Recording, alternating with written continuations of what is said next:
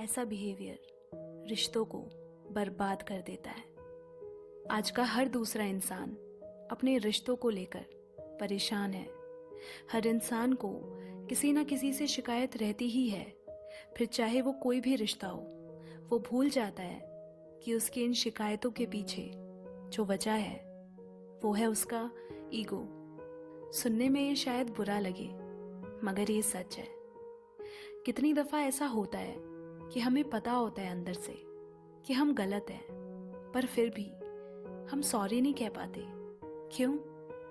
क्योंकि हमारी ego hurt हो जाती है। खुद को सेफर साइड पे रख सके, इसीलिए हम अपने फेलियर्स, अपनी गलतियां, अपनी कमियों को एक्सेप्ट नहीं करते, बल्कि उनका ब्लेम सिचुएशन या लोगों पे डाल देते हैं। ऐसे में उस शख्स को लगता है कि वो जो कह रहे हैं, जो कर रहे हैं, बस वही सही है, बाकी सब गलत है।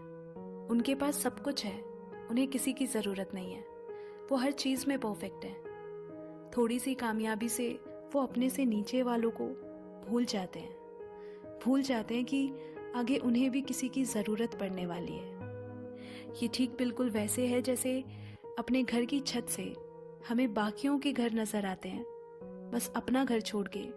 ऐसे ही उस शख्स को भी अपना ईगो छोड़ के सबका ईगो नज़र आता है। और इसी वजह से ईगो में इंसान खुद को प्रोटेक्ट करता है। वो कभी नहीं चाहेगा कि किसी को उसकी कमजोरी का पता चले।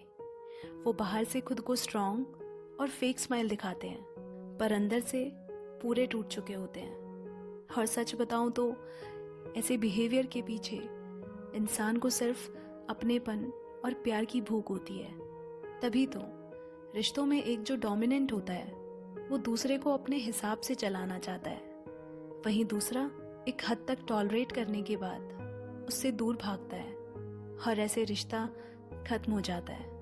मगर लोग ऐसे बिहेवियर को प्यार की डेफिनेशन मान लेते हैं, जो कि ये सब आता है अपने पेरेंट्स को देखकर या ऐसे एनवायरनमेंट में रहकर, जबकि उन्हें ये एहसास तक नहीं होता कि ईगो इतनी खामोशी से काम करता है कि आपको भनक तक नहीं लगने देता, और वो उसे सेल्फ रिस्पेक्ट समझ लेते हैं। इसीलिए अपनी एक नज़र खुद पे भी रखो, और जब आप ईगो और सेल्फ रिस्पेक्ट में फ़र्क समझ लेते हैं, तभी आपके रिश्ते हमेशा खूबसूरत और महफूज रह सकते हैं। तो इसीलिए जब आपसे कोई गलती हो जाती है तो उसे एक्सेप्ट करो, क्योंकि सॉरी बोलने से आप गलत नहीं हो जाते हो। इनफैक्ट आप ये बता रहे हो कि आपके लिए वो रिश्ता, वो शख्स कितना मायने रखता है, बजाय खुद ही को सही मानकर बैठ जाना। इसीलिए झुकना सीखिए। गलती मान लेने में कभी देरी नहीं करनी चाहिए, वरना सफ़र जितना लंबा होगा, वापसी उतनी ही मुश्किल होगी। और मज़े की बात पता है क्या है? ईगो आज तक नहीं जीत पाया, और हर बार की तरह प्यार ही जीतता आया है।